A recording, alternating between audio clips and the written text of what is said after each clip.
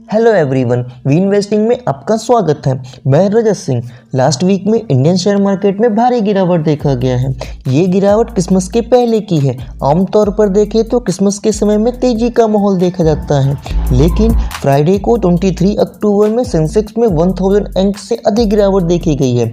Starting में Sensex 60,205.56 पर खुला था और ये मैक्सिमम 60,546.88 तक और मिनिमम 59,765.56 तक गया था। निफ्टी स्टार्टिंग में 17,977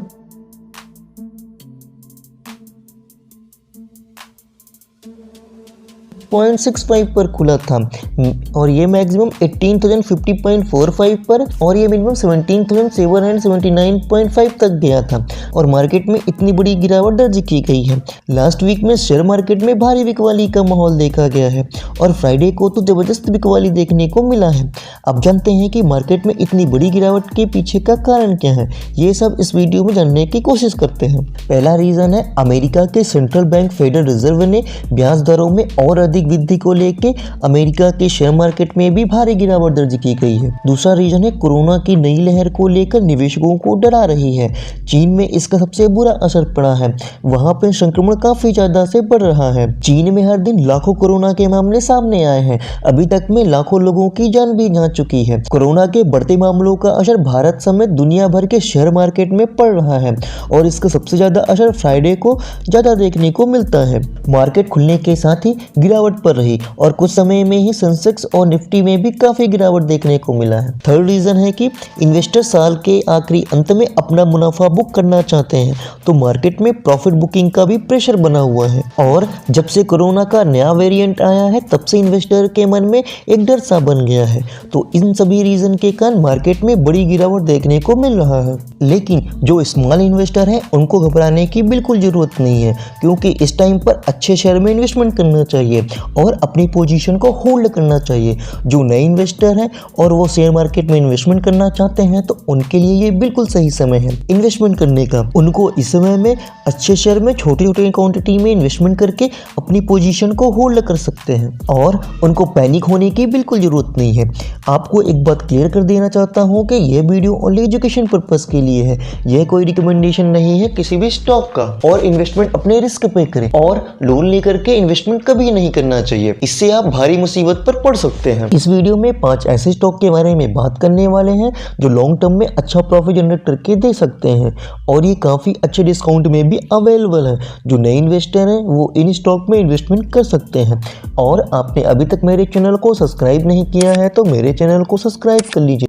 नाउ फर्स्ट नंबर का स्टॉक है Tata power company limited. Tata power Tata group की पावर एनर्जी कंपनी है जो खुद ही पावर को जनरेट करता है और रिन्यूएबल एनर्जी से भी पावर को जनरेट करता है। टाटा पावर इस एनर्जी को जनरेट करके उसे ट्रांसमिशन भी करेगा, जो डैम और हाइड्रो पावर के थ्रू पावर को जनरेट करके पावर को सप्लाई करेगा और टाटा पावर वैल्यू चेन की तरह भी काम करता है। इसका मतलब है वो पावर को जनरेट करके उसे डिस्ट्रीब्यूट भी करता है। टाटा पावर का मुख्य business power generation, transmission and distribution है। Tata Power hydro, wind, solar and waste heat recovery से पावर को जनरेट करती है। हाइड्रो से 7% का, सोलर से 14% का, विंड से 7% का और वेस्ट हीट रिकवरी से 3% का पावर जनरेट करती है और प्रेजेंट में ये कंपनी 12,808 मेगावाट के करीब बिजली का उत्पादन करती है और company mainly renewable transmission and distribution के साथ साथ solar rooftop, solar pump, EV charging, energy service, floating solar जैसे बिजनेसेस पर फोकस है और टाटा पावर इंडिया की लार्जेस्ट इंटीग्रेटेड पावर कंपनी है। इसकी प्राइस लगभग 204 रुपीज के आसपास है। ये कंपनी रिन्यूएबल सोर्सेज से कंप्लीटली इलेक्ट्रिसिटी प्रोड्यूस करना चाहती है। पिछले कुछ समय से Tata power EV charging station पर बहुत फोकस्ड है। इस कंपनी ने सबसे पहले ईवी चार्जिंग स्टेशन पर अपना काम शुरू किया था और कंपनी 2025 तक 1 लाख चार्जिंग स्टेशन को बिल्ड करने की योजना बना रही है, जिस कारण से कंपनी एक बहुत बड़ा मार्केट होल्ड करता है। इसका मार्केट कैप 66,543 रुपीज है, बुक वैल्यू 80 रुपीज है, फेस वैल्यू वैल्यू ₹1 है और इसका रिटर्न ऑन इक्विटी 8.42% है और रिटर्न ऑन इक्विटी एम्प्लॉयड 9.3% है और कंपनी का स्टॉक भी 26.2 का है और कंपनी ने लास्ट 5 ईयर में 17% का रिटर्न जनरेट किया है। कंपनी 51,399 करोड़ का सेल्स करती है और 3,003 रुपीज का प्रॉफिट जनरेट करती है और कंपनी ट्रेलिंग 12 मंथ में 36% का सेल्स ग्रोथ डिलीवर करती है। लास्ट 5 ईयर में कंपनी ने पुअर सेल्स ग्रोथ डिलीवर किया है और कंपाउंड एंड प्रॉफिट ग्रोथ देखे तो ट्रेलिंग 12 मंथ में 17% का, लास्ट 3 ईयर में 104% का और लास्ट 5 ईयर में 9% का ग्रोथ डिलीवर करता है और कंपनी के पास 53,251 करोड़ का डेट भी है और कंपनी के पास 6,216 करोड़ का कैश इक्विवेलेंट भी है। कंपनी 31.1% का हेल्दी डिविडेंड पे आउट भी मेंटेन करती है। इस लिस्ट में सेकंड स्टॉक है विप्रो लिमिटेड। विप्रो एक आईटी सेक्टर की कंपनी है। इसकी करंट प्राइस लगभग 388 रुपीज है। इस कंपनी में कॉन्स्टेंटली लगातार गिरावट देखने को मिलता है, लेकिन कोरोना के बाद से कंपनी के शेयर में अच्छी ग्रोथ देखने को मिलता है। लॉकडाउन के समय में इसकी प्राइस 187 रुपीज तक गई थी। उसके बाद इस कंपनी ने अच्छी ग्रोथ करके दिखाई है और इसकी प्राइस 726 रुपीज तक इसके शेयर की प्राइस गई थी और करंट में इसकी प्राइस 388 रुपीज है और इस कंपनी में अभी तक में 46% की गिरावट दर्ज की गई है। विप्रो कंपनी को 29 दिसंबर 1945 में मोहम्मद प्रेम जी द्वारा western Indian vegetable product limited के रूप में शामिल किया गया था और Wipro global leading information technology consulting and business process service company है और ये टीसीएस, एचसीएल टेक, इन्फोसिस के बाद ग्लोबल आईटी सर्विस इंडस्ट्रीज में 4th सबसे बड़ी इंडियन कंपनी है। ये कंपनी आईटी सॉफ्टवेयर सर्विसेज जैसे रिलेटेड एक्टिविटीज में लगी हुई है और ये cognitive computing, automation, robotic, cloud analytics and emerging technology की हेल्प से अपने कस्टमर को डिजिटली सोर्सेज प्रोवाइड करती है और ये banking, communications, consumer, electronic, education, health care, engineering, insurance जैसे रिलेटेड इंडस्ट्रीज को अपनी सर्विस प्रोवाइड करती है। ये कंपनी लगभग 166 कंट्रीज में कस्टमर के लिए cloud, cyber security, artificial intelligence, data analytics and other technologies consulting service Wipro की कैपेबिलिटीज है और ये कंपनी अपने कस्टमर से रिलेशन बनाए रखने के लिए अपने बिजनेस को अब समय समय पर अपडेट करती रहती है और इसके लिए वो रिसर्च एंड डेवलपमेंट में बहुत ज्यादा इन्वेस्टमेंट भी करती है। चलिए अब इसके सेक्टर वाइज रेवेन्यू के बारे में जानते हैं। ये company banking, finance service, insurance से 31% का, हेल्थ से 14% का, कंज्यूमर से 16% का, एनर्जी एंड नेचुरल सोर्सेज से 13% का, टेक्नोलॉजी से 13% का, मैन्युफैक्चरिंग से 8% का एंड कम्युनिकेशन से 5% का रेवेन्यू जनरेट करती है। और ग्लोबली रेवेन्यू की बात करें तो ये कंपनी अमेरिका से 60% का, यूरोप से 26% का और ये Asia, middle east and Africa से 14% का रेवेन्यू जनरेट करती है। और इसके ग्लोबली बिजनेस वाइज रेवेन्यू की बात करें तो ये आईकोर से 43% का और आइडिया से 57% का रेवेन्यू जनरेट करता है। अगर आप इस स्टॉक के बारे में और इसके फंडामेंटल्स के बारे में डिटेल्स जानना चाहते हैं तो आप हमें कमेंट करके जरूर बताइएगा। इस लिस्ट में थर्ड स्टॉक है टाटा एलेक्सी। टाटा एलेक्सी वर्ल्ड की design and technology service provider है और ये आईटी सेक्टर की कंपनी है। टाटा एलेक्सी मैनी कंपनी को like automation, media, communications, health care, broadcast service देती है जो इंजीनियरिंग एंड सॉल्यूशंस प्रोवाइड करती है। टाटा एलेक्सी इंटीग्रेटेड सर्विस भी प्रोवाइड करती है जो software development, mechanical design, electronics जैसी सर्विस प्रोवाइड करती है। इन सर्विस में कंपनी की एक स्ट्रॉन्ग पकड़ है और हर इंडस्ट्रीज में सॉफ्टवेयर की डिमांड बढ़ रही है। इसके चलते टाटा एलेक्सी बहुत सारी कंपनी को अपने साथ जोड़ते हुए देखने को मिलता है। Tata Elxsi LOI and design, cloud, mobility, artificial intelligence जैसे डिजिटल टेक्नोलॉजी से कस्टमर के प्रोडक्ट और सर्विस की हेल्प कर रही है और ये application of design technology and design thinking से भी कस्टमर की हेल्प करता है।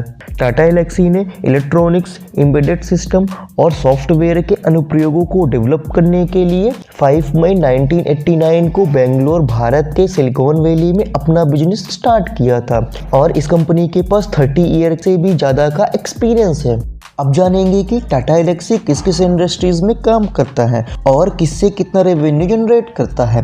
Tata Elxsi automotive, broadcast and media communication, health care, pharmaceuticals and biotechnologies, rail, semiconductor, off highway equipment जैसी इंडस्ट्रीज में काम करता है। और रेवेन्यू देखें तो ट्रांसपोर्टेशन से 41.5% का रेवेन्यू, मीडिया एंड कम्युनिकेशन से 44.4% का, health care and medical device से 10% का एंड अदर से 4.1% का रेवेन्यू जनरेट करता है। और इस कंपनी का बिजनेस भी कई देशों में फैला हुआ है। ये कंपनी यूएसए 44.2% का, यूरोप से 30.6% का, इंडिया से 15.9% का एंड रेस्ट इन वर्ल्ड से 11.3% का रेवेन्यू जनरेट करता है। और कंपनी का बिजनेस भी बहुत स्ट्रॉन्ग दिखाई देता है और मैनेजमेंट अपने बिजनेस में टेक्नोलॉजी के हिसाब से चेंजेस करती रहती है। अगर आप टाटा एल्क्सी शेयर को डिटेल से जानना चाहते हैं तो इसका लिंक ऊपर आई बटन में और नीचे डिस्क्रिप्शन बॉक्स में दे दूंगा, आप वहां जा करके आप इसका पूरा वीडियो देख सकते हैं।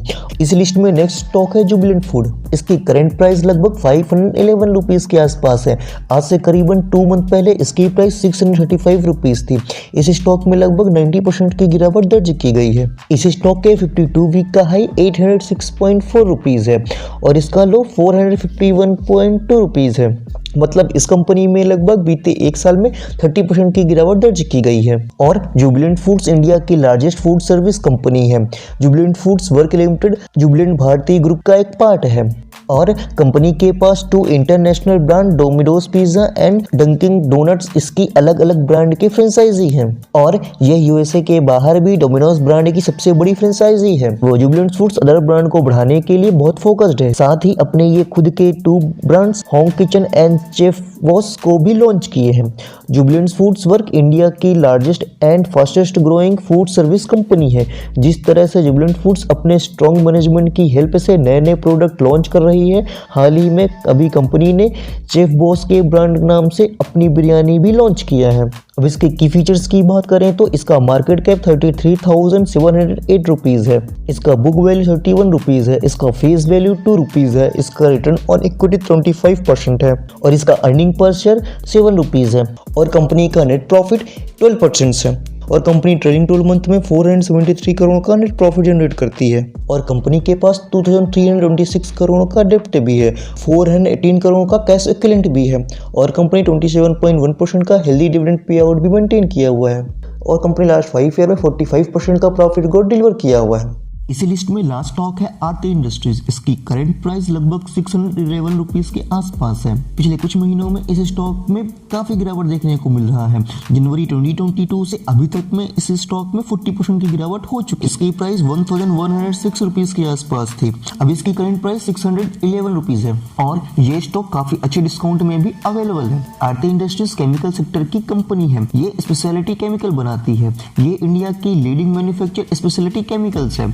ये कंपनी 83% का रेवेन्यू स्पेशलिटी केमिकल सेगमेंट से जनरेट करता है और ये स्पेशलिटी केमिकल एंड फार्मास्यूटिकल्स में ग्लोबल लीडिंग कंपनी है। कंपनी केमिकल में मुख्य रूप से pharmaceuticals, agrochemicals, polymer, surfactants, additives manufacture करती है। आरती इंडस्ट्रीज नाइट्रोफ्लोरो एरोमेटिक्स की सोल मैन्युफैक्चर है और ये कंपनी फार्मास्यूटिकल सेगमेंट से 17% का रेवेन्यू जनरेट करती है और ये कंपनी नाइट्रोक्लोरोबेंजीन के मैन्युफैक्चर के लिए टॉप 3 प्लेयर में से एक है। ये company pharmaceuticals and food industries के लिए एपीआई, इंटरमीडिएट और डेरिवेटिव के डेवलप करने के लिए मॉडर्न मैन्युफैक्चरिंग का यूज करती है। ये कंपनी अपने बिजनेस को डाइवर्सिफाई किया है और ये कंपनी डिफरेंट सेगमेंट में काम करती है, जैसे agrochemical, pharmaceuticals, polymer, FMCG, fuels, additive and other segment में काम करती है और ये इन सेगमेंट से भी रेवेन्यू जनरेट करती है।